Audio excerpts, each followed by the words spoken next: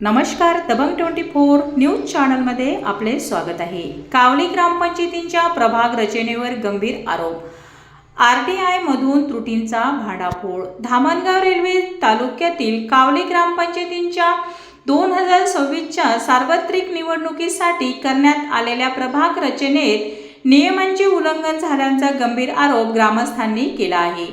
मराठी पत्रकार भवन येथे आयोजित पत्रकार परिषदेत ग्रामस्थांनी प्रशासनाच्या कार्यपद्धतीवर तीव्र नाराजगी व्यक्त केली।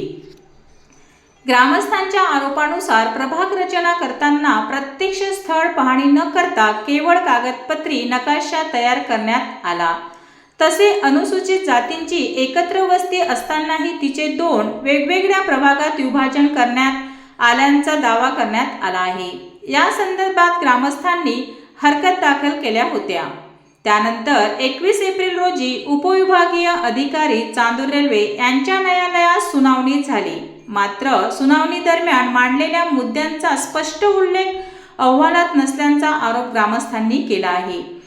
प्रभाग रचनेशी संबंधित कागदपत्रासाठी माहिती अधिकारातून अर्ज करण्यात आला।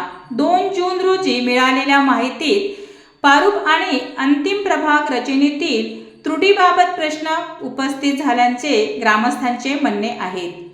तहसील व उपविभागीय सत्रावर न्याय न मिळाल्याने ग्रामस्थांनी जिल्हाधिकाऱ्याकडे तक्रार केली। मात्र 28 जुलैच्या पत्राद्वारे न्यायालयात दाद मागण्यांचा सल्ला देण्यात आल्याचा आरोप आहे।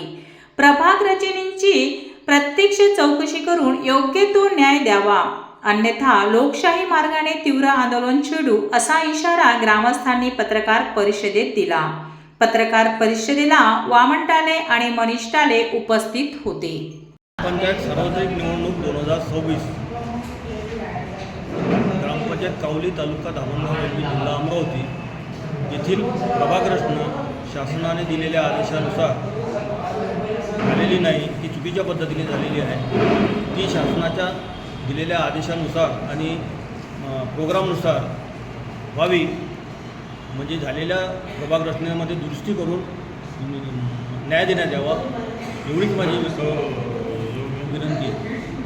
त्या संदर्भात तहसीलदार, उपविभागीय अधिकारी, जिल्हाधिकारी आणि विभागीय आयुक्त यांना सर्वांना माझ्या ज्या पत्राच्या कॉपी दिलेल्या आहेत, पण अजूनपर्यंत कुठल्याही प्रकारची कारवाई झाल्याची दिसत नाही। त्यामध्ये प्रभाग रचनेमध्ये शासनाच्या आदेशानुसार बऱ्याच चुका आणि अडचणी आहेत, त्या दुरुस्त करण्यात याव्या, एवढंच माझं म्हणणं आहे।